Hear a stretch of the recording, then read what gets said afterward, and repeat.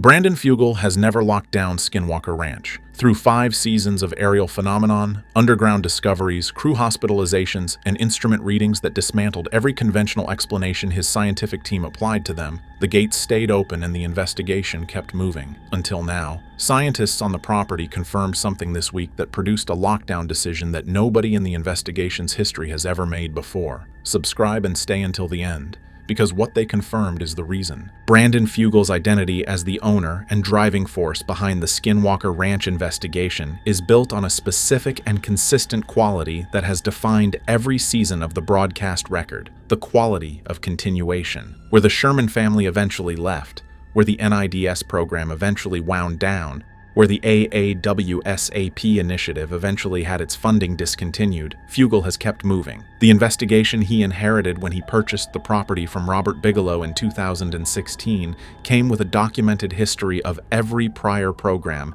that engaged seriously with what the ranch produced, eventually reaching a point at which continuation became impossible. Whether through financial pressure, institutional resistance, personal toll, or the specific quality of exhaustion that sustained proximity to this property's phenomenon produces in the people who experience it directly. Fugal absorbed all of that prior history before he committed the resources that purchasing and operating the investigation required. He understood that every program before his had stopped. He decided that understanding was a reason to build something more durable rather than a warning to reconsider. The production framework he established, the History Channel broadcast deal, the assembly of a scientific team anchored by Travis Taylor's aerospace and defense research credentials, the continuous monitoring infrastructure that gave the investigation a surveillance presence the prior programs had never sustained, was designed specifically to outlast whatever the ranch produced. It was designed to keep moving. The seasons that followed validated that design. The investigation documented aerial phenomenon,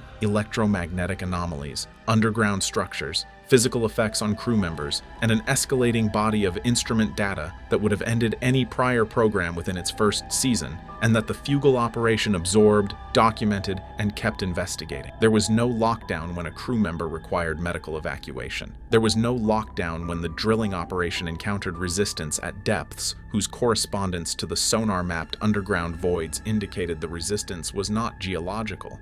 There was no lockdown when the perimeter cameras documented something approaching the property from outside the fence line, in a sequence whose 4 independent data streams the investigation's technical team could not account for conventionally. Through all of it, the gates stayed open. What the scientists confirmed this week closed them, and the specific nature of what they confirmed is what makes a lockdown decision from the man who has never made one the most significant single event in the modern history of the Skinwalker Ranch investigation. The scientists whose findings produced the lockdown decision were not members of the investigation's regular research team. They were brought onto the property specifically to assess a body of data that the investigation's existing scientific infrastructure had produced across the most recent investigation phase, and that Travis Taylor had determined required external validation before any conclusions about its implications could be responsibly drawn. The decision to bring in outside assessment was itself significant. Taylor's professional standards have always been high enough that the investigation's prior anomalous findings had been subjected to rigorous internal analysis before being presented to any outside party.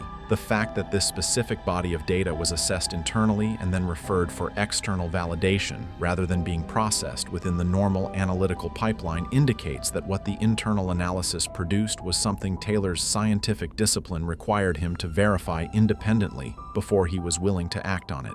The outside scientists brought to the ranch represented 3 specific disciplines whose combined relevance to what the investigation's instruments had been detecting was deliberate rather than coincidental. A geophysicist whose academic background included research into unusual electromagnetic propagation through subsurface geological formations. A physicist specializing in directed energy systems whose professional history included classified defense research programs operating in the same technical domain as several of Taylor's prior NASA projects. And a materials scientist whose laboratory had conducted independent analysis on physical samples recovered from the ranch's active zones in prior investigation phases. Samples whose compositional results had never been publicly discussed in any broadcast episode. The assessment framework the 3 outside scientists applied to the investigation's data was designed by Taylor to be as resistant to the conventional dismissal that anomalous findings at this property have historically received from outside institutions as his internal analysis methodology could make it. The instrument data was presented without its geographic and contextual provenance. The scientists assessed the readings as raw data before being told where the data was collected. What they confirmed when they reviewed that data, before they were told they were looking at Skinwalker Ranch measurements, is what produced the lockdown. The body of data that Taylor submitted to outside scientific assessment represents the accumulation of the investigation's most recent instrument readings across 3 specific measurement categories that have been the focus of the investigation's technical attention since the underground dimension of the ranch's phenomenon was established in the middle seasons of the broadcast record. The electromagnetic measurement data from the mesa zone covers a period of continuous monitoring whose duration and whose instrument density give it a statistical foundation that single-session anomalous readings cannot claim. What that longitudinal dataset shows is not a pattern of spikes and returns to baseline, the pattern that characterizes instrument response to transient environmental events. It shows a directional movement. The baseline itself is rising. The electromagnetic environment of the mesa zone has been measurably and consistently different from what it was at the beginning of the monitoring period, and the rate of that change has been accelerating across the most recent measurement sessions in a manner that the geophysicist brought in for the external assessment described in terms that the investigation's internal record captures with the specific quality of professional restraint that indicates a scientist choosing their words about an extraordinary finding very carefully. The underground vibration data from the drilling zone adds the second dimension of the assessment package. The vibration signatures logged by the sensors positioned at the boundaries of the underground void network have been showing a change in their structural characteristics across the recent measurement period, not in their frequency range, which has remained consistent with what the investigation established as the baseline for those sensors, but in their internal organization. The randomness metric applied to those signatures has been declining. The patterns they contain have been becoming less random over time in a progression whose statistical significance the outside assessment confirmed as real and whose conventional explanation the geophysicist was unable to provide. The third data stream is the one that Taylor has been most careful about in every public reference he has made to the current investigation phase: the thermal anomaly documentation from the perimeter monitoring network. What that documentation shows across the recent recording period is a change in the frequency and the proximity of anomalous thermal signatures at the ranch boundary that the perimeter program has been logging since its establishment. The signatures are appearing more often. They are appearing closer to the fence line, and they are appearing in the coordinated spatial distributions that the investigation's prior analysis established as the behavioral signature of whatever the perimeter cameras have been documenting. Distributions that the materials scientist brought in for the outside assessment noted, without being told anything about the prior investigation record, were inconsistent with any known animal behavior pattern in any terrestrial ecosystem she had previously encountered in her research work. The geophysicist's assessment of the underground data produced the finding that Taylor has described in the limited internal communications that have been referenced in accounts of the lockdown decision as the most technically significant result the outside assessment generated. Her professional background in electromagnetic propagation through subsurface geological formations gave her the analytical framework to engage with the mesa zone's underground data in a way that the investigation's prior geological consultants, whose backgrounds were in surface geology and mining, had not been positioned to apply. What she found when she applied that framework to the combined electromagnetic and vibration data from the underground measurement network was a correspondence between the two data streams that the investigation's internal analysis had identified as potentially significant without being able to characterize technically. The electromagnetic readings and the vibration signatures from the underground sensor network are not independent. Their variations are correlated. Specific changes in the electromagnetic data are consistently followed by specific changes in the vibration data, and the relationship between those changes follows a pattern whose mathematical structure the geophysicist's analysis characterized as consistent with a coupled system rather than two independent phenomena occurring in the same location. A coupled system is a physical system in which two or more components interact with each other, in which the state of each component influences the state of the others. The electromagnetic environment and the physical vibration environment beneath the Skinwalker Ranch mesa are behaving as components of a coupled system. Whatever is generating the electromagnetic signal is connected to whatever is generating the vibration signatures. They are not two separate anomalous features of the underground environment. They are two expressions of the same thing. The geophysicist's characterization of what that thing might be is the element of her assessment that the investigation's internal record captures with the most carefully chosen language. She said that the coupled system's behavior was consistent with a system that was responding to an external input. The input she identified as the most likely candidate, based on the timing correlations between the coupled system's state changes and the surface-level events documented in the investigation's concurrent records, was the drilling operation. The underground coupled system responds to the drilling. Its responses are not random. They are structured. They are directional. And they are escalating in a manner that the geophysicist described as consistent with a system approaching a threshold state. What happens at that threshold, she declined to speculate about. What she confirmed is that the system is moving toward it. The physicist specializing in directed energy systems brought a professional framework to the assessment that no prior scientific consultant engaged by the Skinwalker Ranch investigation had possessed. His background in classified defense research involving directed electromagnetic energy, the development, deployment, and detection of systems that use focused electromagnetic radiation as operational instruments gave him a reference vocabulary for the electromagnetic data from the mesa zone that the investigation's internal analysis had been working without. What he said about the signal when he reviewed the data before being told where it was collected is the element of the outside assessment that has been described by people familiar with the lockdown decision as the finding that moved Brandon Fugal from concern to action. The signal's characteristics, the frequency range, the internal structure, the directional propagation pattern, and the specific relationship between its amplitude and its spatial distribution across the measurement network are consistent in the directed energy physicist's professional assessment with an intentionally generated signal rather than a naturally occurring one, not consistent as a possibility, consistent as the most technically supportable interpretation of the data. A naturally occurring electromagnetic signal generated by geological processes,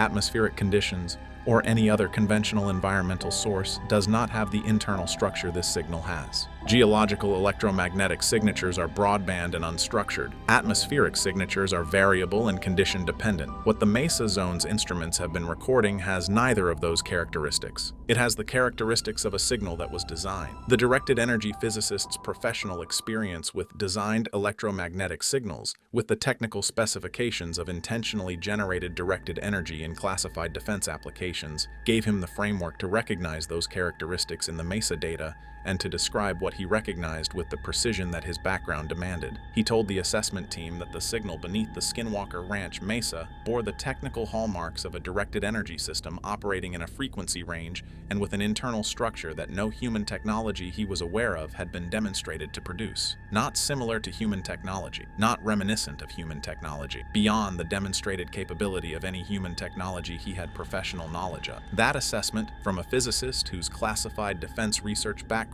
gave him access to the full range of human-directed energy capability, is what the lockdown was built around. The materials scientist's role in the outside assessment was initially conceived as the most peripheral of the three, a supplementary validation of the physical evidence component of the investigation's findings rather than a primary analytical contribution to the assessment of the instrument data. What her engagement with the investigation's data produced was anything but peripheral. Her prior laboratory work on physical samples from the ranch's active zones, conducted under blind submission protocols similar to those used for the DNA analysis that other external assessments had applied to biological material from the property, had generated results that the investigation had held in its internal record without public disclosure. The assessment engagement gave her access to the full body of the investigation's physical evidence documentation for the first time, allowing her to contextualize the prior laboratory results against the instrument data that the other two scientists were assessing simultaneously. What that contextualization produced is the finding that the materials scientist has described in the limited accounts available from the assessment process as the one that stayed with her longest after she left the property. The physical evidence from the ranch's active zones,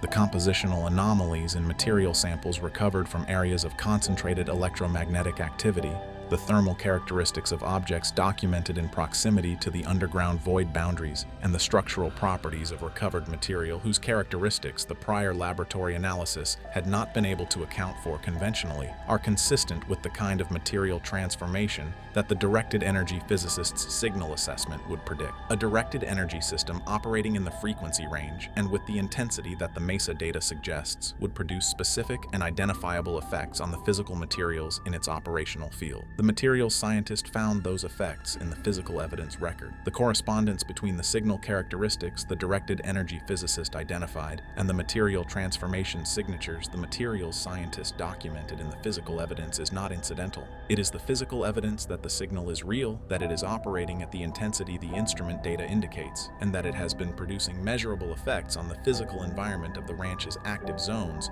for a period of time whose beginning the materials analysis is not able to establish because the evidence of transformation in the oldest samples the investigation has recovered is as advanced as the evidence in the most recent ones. Whatever is generating that signal has been generating it for longer than the investigation has been running. The materials scientist's contribution to the assessment was to confirm that the instrument data and the physical evidence are documenting the same phenomenon, and that the phenomenon has been operating on this property for a very long time. The combined findings of the three outside scientists were presented to Brandon Fugal in a formal assessment summary delivered at the end of the evaluation period. The accounts of people familiar with the presentation describe a meeting whose atmosphere was unlike any prior review session in the investigation's history, not because the findings were unexpected. Fugal and Taylor had understood the direction the data was pointing before the outside assessment was commissioned, but because having those findings confirmed by three independent scientists whose professional credentials placed them entirely outside the investigation's internal framework removed the last buffer between what the data had been suggesting and what the investigation was now required to treat as confirmed. Fugal's response to the assessment summary was not immediate. The accounts describe him spending an extended period reviewing the combined findings before speaking. When he did speak,